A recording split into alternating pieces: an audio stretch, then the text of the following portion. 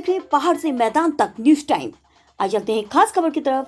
भारतीय किसान union welfare foundation के द्वारा राष्ट्रीय कार्यालय ट्रांसपोर्ट नगर में बैठक की गई। वहीं दूसरे दिन भारतीय किसान वेलफेयर फाउंडेशन के सभी पदाधिकारी डीएम कार्यालय देहरादून में एकत्र हो गए और सिटी मजिस्ट्रेट साहब को ज्ञापन सौंपा। ज्ञापन में हमारी मांगे, जो वाहन, निजी प्राइवेट वाहन और कृषि भवन, इन सबको एनजीटी से बाहर रखा जाए। कमर्शियल वाहन और कर्नाटक किसान नेता को सरकार अपने तरीके से रखे और जो आवारा पशु जो खेतों में नुकसान कर रहे हैं उनकी व्यवस्था करे। सिंचाई विभाग आंख बंद करके बैठा है। नहर टूटी पड़ी है, साफ सफाई नहीं है, पानी नहीं आ रहा है, सरकारी ट्यूबवेल बंद पड़े हैं। सिंचाई की व्यवस्था सुचारू रूप से करें। और कर्नाटक में किसान नेता राकेश टिकैत के साथ जो घटना हुई वह दुर्भाग्यपूर्ण है। सरकार इसकी जांच कराकर दोषी व्यक्तियों पर कठोर कार्रवाई करे। तुमदत्त शर्मा, संस्थापक, भारतीय किसान यूनियन वेलफेयर फाउंडेशन।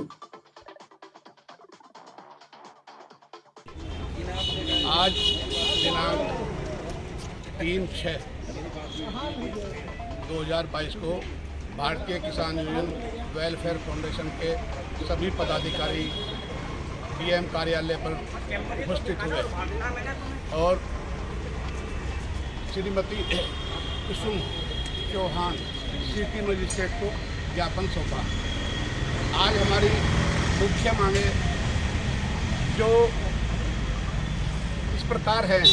एक तो हमारा जो है जो किसानों की नहरें बंद पड़ी है, टूटी फूटी पड़ी है, सरकार कोई ध्यान नहीं दे रही है।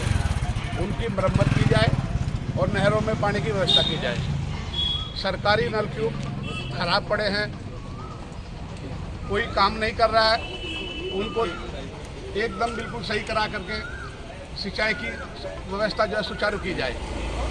और जो आवारा पशु सड़कों पे घूम रहे हैं, सरकार से मांग है कि उनकी व्यवस्था की जाए, जिससे किसानों को बहुत भारी नुकसान हो रहा है। एक हमारी मांग है कि जो ये टोल टैक्स है, इन पे किसानों को बहुत ज़्यादा परेशान किया जाता है।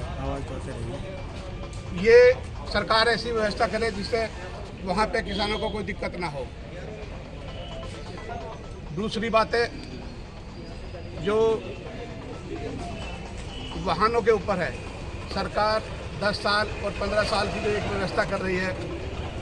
भारतीय किसान यूनियन वेलफेयर फाउंडेशन का मानना है कि जो निजी वाहन है उनको और जो कृषि यंत्र, कृषि वाहन, उन सबको इस दायरे से बाहर रखा जाए। कॉमर्शियल वाहन जो है उन पे सरकार अपने हिसाब से काम करे, उसमें कोई दिक्कत नहीं है। लेकिन प्राइवेट वाहन जो 10 साल में कुछ भी उनका नहीं बिगड़ता, लोग बाग जो है 10,000 किलोमीटर भी नहीं चला पाते, अब उनको भी इस तरह की व्यवस्था अगर की जाएगी तो ये बर्दाश्त नहीं किया जाएगा।